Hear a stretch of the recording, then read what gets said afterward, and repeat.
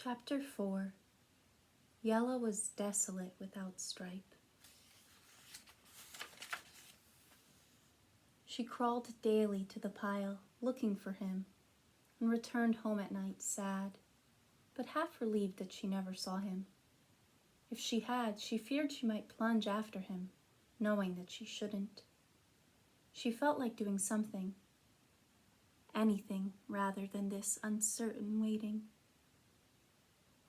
What in the world do I really want? She sighed. It seems different every few minutes, but I know there must be more. Finally, she became numb and wandered away from everything familiar. One day, a gray-haired caterpillar hanging upside down on a branch surprised her. He seemed caught in some hairy stuff. "You seem in trouble," she said. "Can I help you?" "No, my dear. I have to do this to become a butterfly." Her whole insides leapt. Butterfly. That word, she thought. "Tell me, sir, what is a butterfly?" "It's what you're meant to become. It flies with beautiful wings and joins the earth to heaven. It drinks only nectar from the flowers and carries the seeds of love from one flower to another. Without butterflies, the world would soon have few flowers." "It can't be true," gasped Yellow. "How can I believe there's a butterfly inside you or me, when all I see is a fuzzy worm?"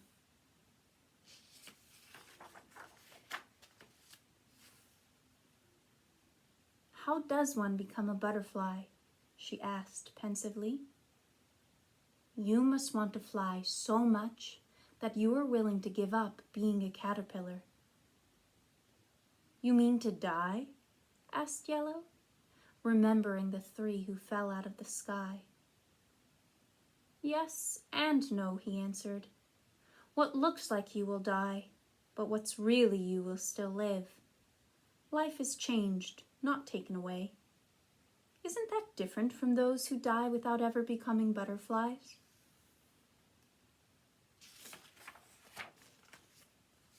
"And if I decide to become a butterfly," said Yellow, hesitantly, "what do I do?"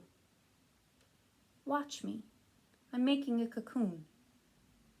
It looks like I'm hiding, I know, but a cocoon is no escape. It's an in-between house where the change takes place. It's a big step since you never can return to caterpillar life.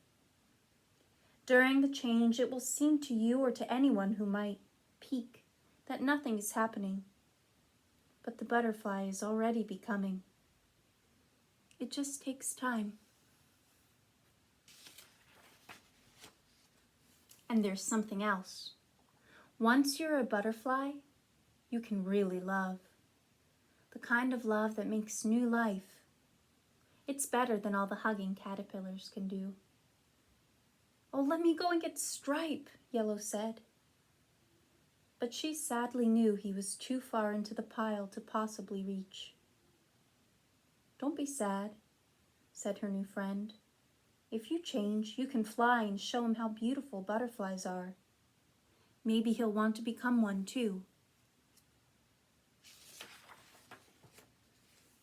Yellow was torn in anguish. What if Stripe comes back and I'm not there? What if he doesn't recognize my new self? Suppose he decides to stay a caterpillar. At least we can do something as caterpillars. We can crawl and eat. We can love in some way. How can 2 cocoons get together at all? How awful to be stuck in a cocoon.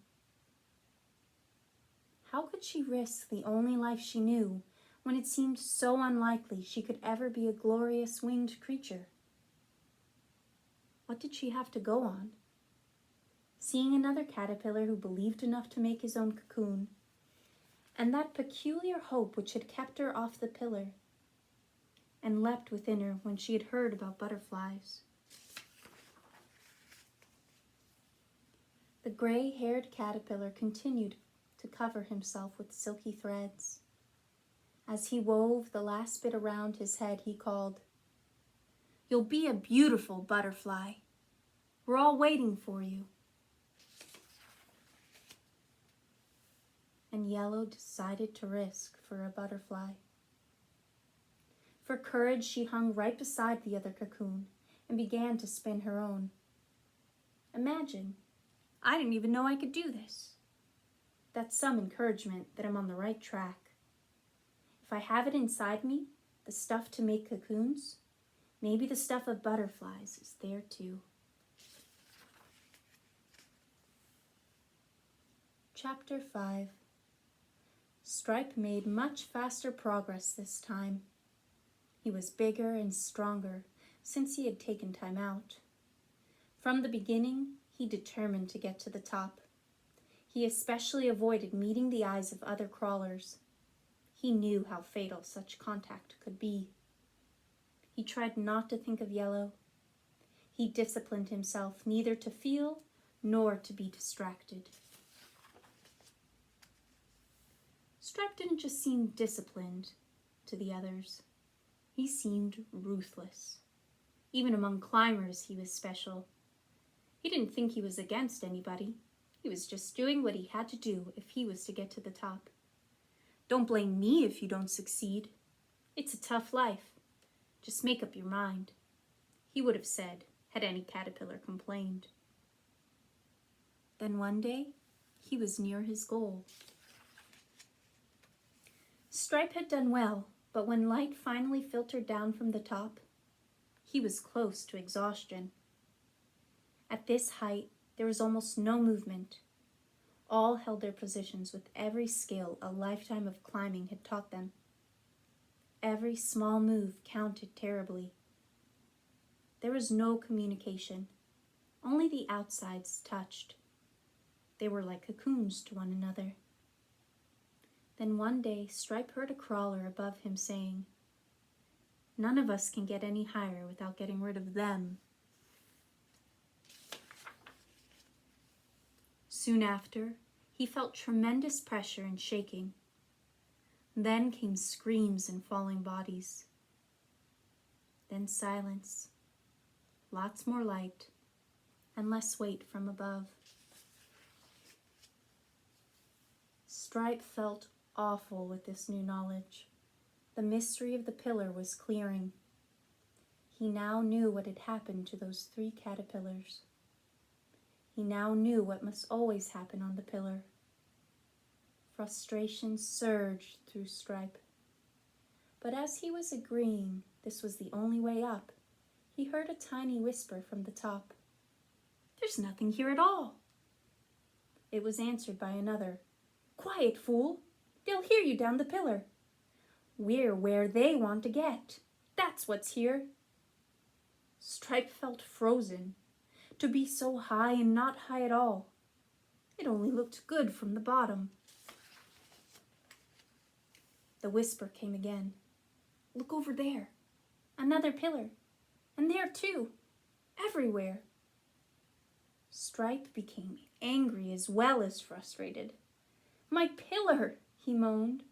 "Only one of thousands? Millions of caterpillars climbing nowhere. Something is really wrong. But what else is there?" His life with Yellow seemed so far away. That wasn't it either. Not quite. Yellow. He let her image fill his being. "You knew something, didn't you? Was it courage to wait?" Maybe she was right. I wish I were with her. I could go down, he thought. I'd look ridiculous, but maybe it's better than what's happening here. But Stripe's thought was interrupted by bursts of movement all over his level. Each seemed to be making a last effort to find some entry to the top. But with every push, the top layer tightened. Finally, one caterpillar gasped. "Unless we try together, nobody will reach the top. Maybe if we give one big push." They can't hold us down forever. But before they could act, there were cries and commotion of another kind.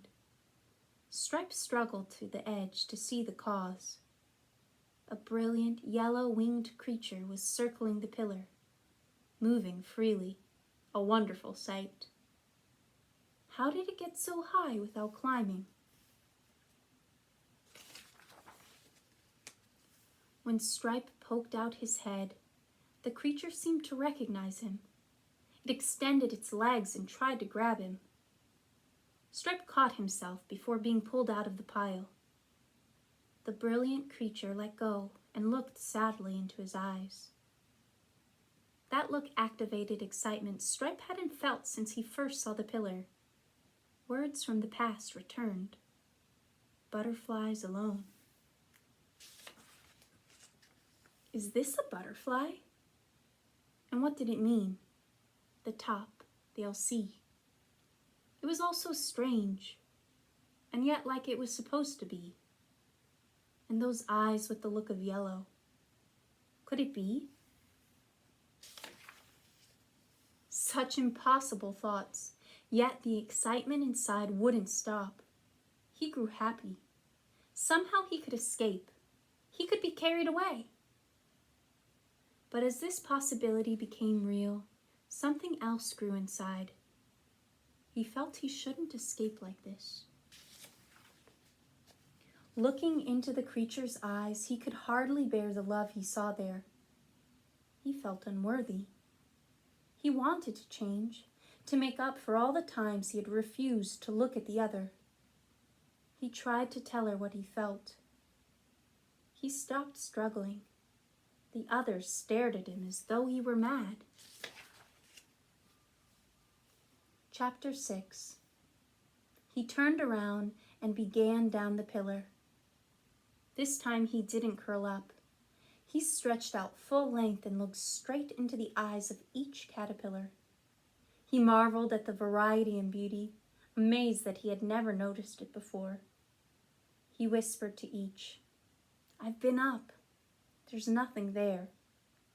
Most paid no attention. They were too intent on climbing. One said, "It's sour grapes. He's bitter. I bet he never made it to the top."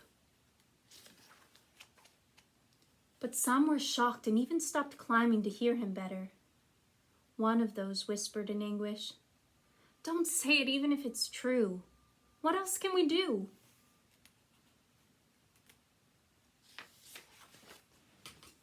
Stripe's answer shocked them all, including himself. "We can fly. We can become butterflies. There's nothing at the top, and it doesn't matter." As he heard his own message, he realized how he had misread the instinct to get high. To get to the top, he must fly, not climb. Stripe looked at each caterpillar, inebriated with joy that there could be a butterfly inside. But the reaction was worse than before. He saw fear in their eyes. They didn't stop to listen or speak. This happy, glorious news was too much to take, too good to be true. And if it wasn't true? The hope that lit up the pillar dimmed. All seemed confused and unreal. The way down was immensely long. The vision of the butterfly faded. Doubt flooded Stripe. The pile took on horrible dimensions. He struggled on, barely, blindly. It seemed wrong to give up believing, yet believing seemed impossible. A crawler sneered, "How could you swallow such a story? Our life is earth and climbing. Look at us worms. We couldn't be butterflies inside. Make the best of it and enjoy caterpillar living." "Perhaps he's right," sighed Stripe. "I haven't any proof. Did I only make it up because I needed it so much?" And in pain he continued down, searching for those eyes which would let him whisper, "I saw a butterfly. There can be more to life.